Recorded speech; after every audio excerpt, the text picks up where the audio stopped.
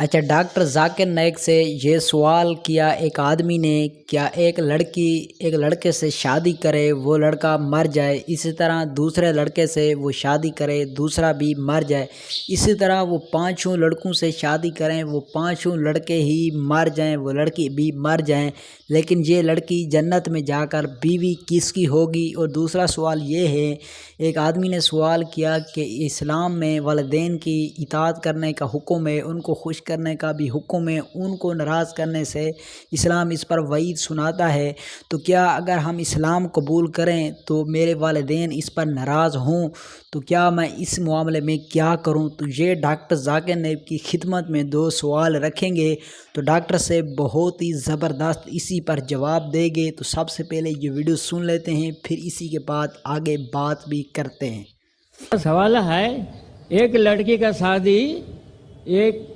लड़का से हुआ, उन लोग 5 भाई आए, लेकिन बड़ा भाई से शादी हुआ। अच्छा, वो मर गया, सेकंड वाला को शादी किया, वो भी मर गया, तीसरा को शादी किया, वो भी मर गया, लास्टली सबको शादी किया, लड़की भी मर गया। वो लोग मरने के बाद में किसकी बीवी है? भाई साहब, जो आपने सवाल किया है, आप बाइबल अगर पढ़ेंगे, बाइबल से लिया, बाइबल के अंदर इसका जिक्र आता है। ईसा अलैहिस्सलाम से एक शख्स पूछता है, या बाइबल से उठाए बराबर, यस, बाइबल में इसका जिक्र है कि अगर एक औरत एक आदमी से शादी करती है वो मर जाता है, फिर दूसरे आदमी से करती है वो भी मर जाता है, फिर तीसरे से करती है वो भी मर जाता है, फिर चौथे से, 5वें से, 7वें से, जन्नत में या आखिरत में वो किसकी बीवी होंगी, ये सवाल है, बराबर ना?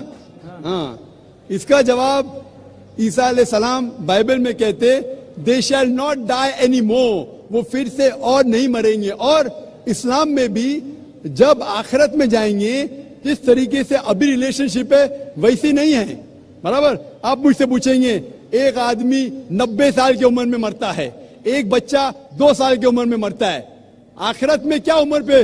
हमने सोचे 90 साल का आदमी अगर वापस आखिरत में आएगा इतना बूढ़ा, तो अल्लाह ताला जब उठाएंगे it will be something different.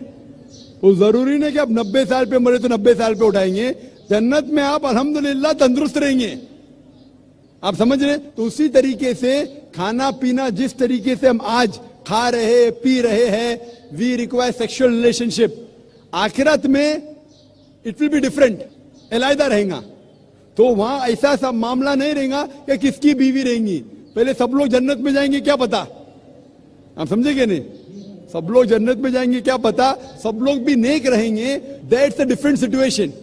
जरूरी नहीं कि वो औरत हर एक की बीवी रहेंगी, लेकिन अगर सब लोग नेक है तो कुरान मजीद में कहा गया है हर एक को हूर मिलेंगी। हूर मतलब a beautiful girl, so all will be satisfied, सब लोग खुश रहेंगे, अल्लाह ताला सब लोग को खुश करेगा। यही आंसर है, यही आंसर। हाँ, लेकिन जरूरी नहीं कि वो औरत हर एक की बीवी बने आखिरत में। आंसर यही है। खुश है ना आप?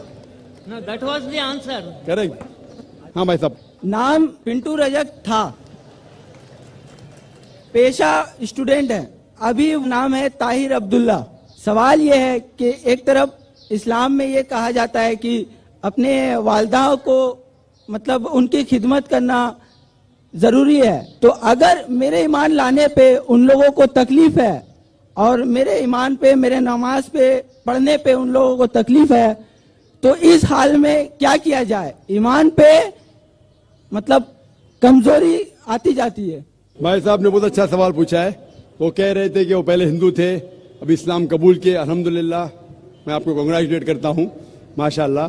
वो कह रहे हैं कि अभी इस्लाम कबूल करने के बाद अगर उसकी माँ या उसके वालिदैन दोनों एतराज करते हैं नमाज के ऊपर, तो भी क्या मुझे उसकी इज्जत करना चाहिए, क्या मुझे उनकी खिदमत करना चाहिए? जो भी मैंने तकरीर में कहा वो अपने जगह पे बिल्कुल सही है। आपको अपने वालिदैन की खिदमत करना चाहिए, उफ तक नहीं कहना चाहिए। लेकिन कुरान मजीद में जो मैं आयत कोट किया, सूरह लुकमान की सूरा नंबर 31 आयत नंबर 14 में, कि हमने इंसानों से कहा है कि अपने वालिदैन से हुस्न सलूक करे, और तुम्हारी माँ ने तकलीफ से तकलीफ के बाद तुम्हें जना और 2 साल तक दूध पिलाए, उसके फौरन बाद लिखा है। लेकिन अगर आपके वालिदैन आपके साथ जिहाद करते हैं, जुद्दोजहद करते हैं, आपको किसी और की इबादत करने के लिए अल्लाह के अलावा, یا آپ کو شرک کرنے پہ مجبور کرتے تو ان کی بات مت مانو، لیکن پھر بھی ان کے ساتھ حسن سلوک کرو۔